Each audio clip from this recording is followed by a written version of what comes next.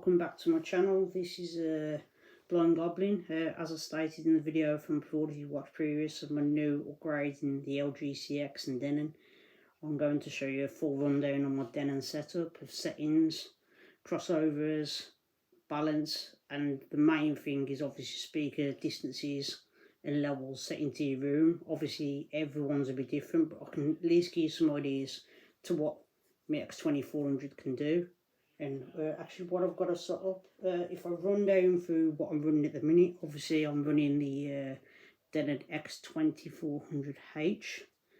Amazing piece of equipment.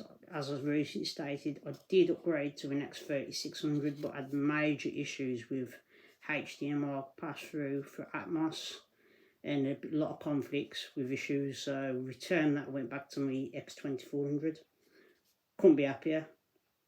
At the minute I'm running the Dali E9F sub, which is down at the bottom left hand side just on the table, if you can just about see it. I bought a blackout front speaker cover for it to cover it up so it matches in with the units and that. I'm running the RGB lighting underneath the table on the left and behind the TV, just to make it a little bit flashy. I'm also running the Dali Zenzo Pico rears, which all this equipment was bought from Richard Sounds in Lichfield. Very good people, like, know what they're talking about and learnt me to where I've got now with my knowledge. I bought some Dali Oberon 5s, which are the front speakers, which are the floor standers, whereas I had the Dali Zenzo Picos for the fronts, which is, if you watch my previous videos, used to be on metal bar stands sitting at the front, which was like shelf speakers, but couldn't be no happier with the floor standing ones. And also running the Oberon Center, which is that big speaker in the middle, which you can see. It's a pretty big speaker, believe me, for a center vocal, but sorry. But it does the job, as you'll hear when you hear it. I've also upgraded my front Atmos speakers, which are actually situated on top of my front Oberons. Yeah, them are the Dali C1s. They're actually called the Dali Tico C1 Atmos upfires, and basically they're not built on the actual front Oberons, they're actually put on top, but I put a few adjustment feet at the back to make it more hit off the roof as the the upfires. So and as I said, I can give you a little rundown, as I said, but there's my AVR on the bottom left as well, so I can give you a little rundown on my actual setup and what I'm running. So let me take it into the TV, give me 2 minutes. Basically, first thing I did, I won't go through to that yet, I'll go through to the speaker setup. Always run your audio setup with your microphone first. If you use the denon, basically you always come with a equipped microphone, which is basic, easy enough. You plug it into the front and you put it in the seating areas where you're situated to the main listener. It'll give you a rough average of your measurements. It won't give you crossovers because they're always wrong, and your distance and your levels, but always use your ears after, which I'll show you when I go through now. So once you've run your audio setup with your mic, it'll give you a quick rundown, different positions in your room.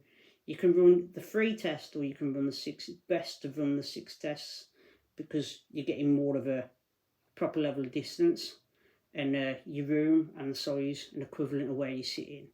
Once you've run through audio setting, get my language out right, audio IC setup, you go to manual setup. For my amplifier, obviously I'm running front Dolby, as you can see. My 2 speakers are there, situated exactly the way my room is. And there's my upfires at the front. My speaker config, always set to small. Even though I've got big floor standing speakers which are capable of hitting highs, are set as high front speakers. It's not recommended. Set them to small.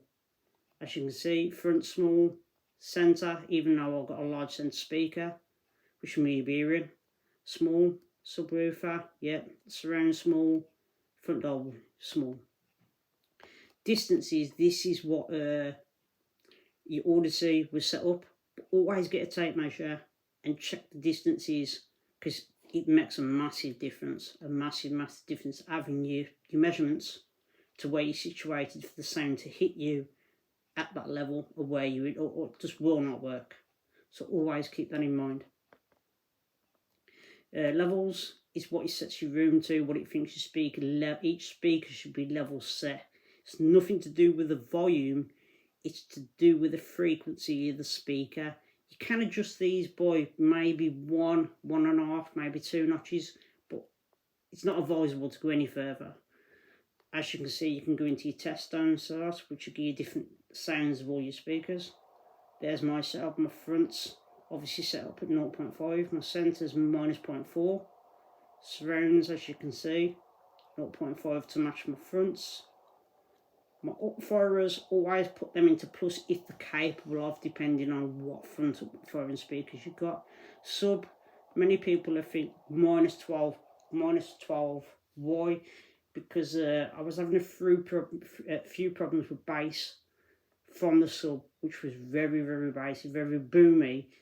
If I set that to 0 and then turned up on the back the frequency of the sub, it'd be too loud. So I've managed to get more bass at a less frequency by turning the subwoofer down to minus 12, which is the lowest you can go, and then turning the frequency and the volume on the back of the sub, because on the back of the E9 I've got a crossover which you always turn to 120, and then I've tuned the frequency on the back of the sub and the volume to get more higher volume but less bass, but you'll understand how it sounds in a minute.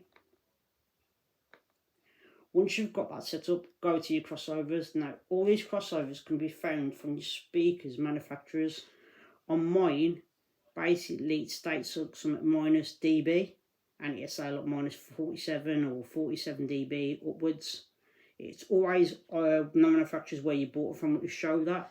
Obviously all my speakers can run down to 40 to 50 hertz.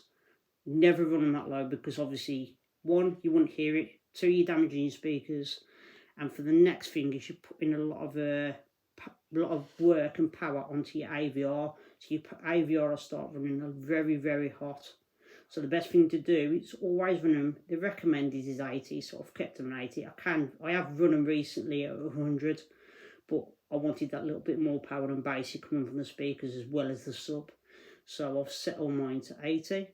As you can see, sub, bass, which is your subwoofer, obviously LFE, yeah, never LFE plus main, because you only set LFE main if your speakers are set to large, so make sure that's on LFE, always 120, some people say 80, but many audios and videos with bass, some of them go up to 120, so you'll be losing detail in your bass. Always keep that on about 120. Yeah, and then I found that going back into, if I go back again, go back into my audio, this is where I've changed some of the settings in here, which I've found, and I've been messing for months and months and months on end. Multi-EXT, yeah, which is reference. You can run that as flat if you don't want it too bassy. It doesn't say massive difference, but it takes a lot of bass off. Dynamic EQ, some people preferred it. I've had it on and it just over-bassed everything. Switched over to my Xbox Series X to give you a demo, as I stated, of what the setup's actually been set up for, and let me know down in your thoughts what you guys think. But this one's called Leaf. This is available on obviously the Xbox Series X, and tell me what you think.